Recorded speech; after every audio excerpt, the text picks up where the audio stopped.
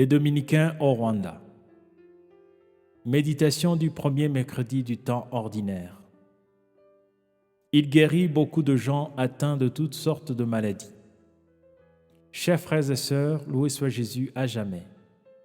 En ce premier mercredi du temps ordinaire, année liturgique B, nous voyons Jésus sortir progressivement de Capharnaüm pour rencontrer diverses personnes et proclamer que la bonne nouvelle est pour tous. Il sort de la synagogue, de la maison de la belle-mère de Pierre, le matin pour aller dans un lieu désert et y prier, et de Capharnaüm pour parcourir toute la Galilée. Dans tous ces lieux de vie, Jésus proclame la bonne nouvelle. Il parle aux gens, il leur tend la main et les touche et il prie pour eux. Autrement dit, Jésus guérit les souffrants par sa parole, par son toucher et par sa prière. Ces déplacements de Jésus d'un lieu à l'autre nous enseignent que Dieu n'est pas enfermé entre quatre murs. C'est le monde entier, avec tous ses espaces de vie et de rencontres, qui est la destination de sa bonne nouvelle. Frères et sœurs, Jésus vient parmi nous aujourd'hui pour nous guérir aussi par sa parole, par son toucher et par sa prière. Il nous tend la main et attend que nous lui tendions la nôtre. Nous pouvons lui tendre notre main par l'écoute de sa parole de vie, en lisant la Bible nous-mêmes, en suivant un enseignement, en prêtant attention à une parole de sagesse dite par quelqu'un, etc.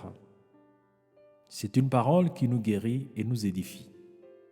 Nous pouvons tendre notre main à Jésus par des gestes sincères, comme l'accueil des pauvres et des souffrants qui viennent à nous, ou la sortie de nos quatre murs pour rendre visite aux nécessiteux, etc.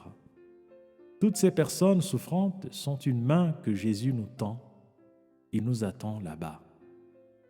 Enfin, nous pouvons tendre notre main à Jésus par la prière en imitant sa manière de prier.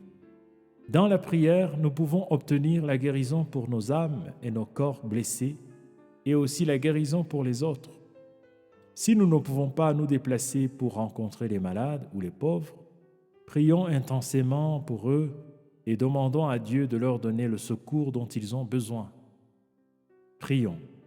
Seigneur Jésus, tu viens encore aujourd'hui parcourir nos milieux de vie pour y apporter ta paix et ta joie.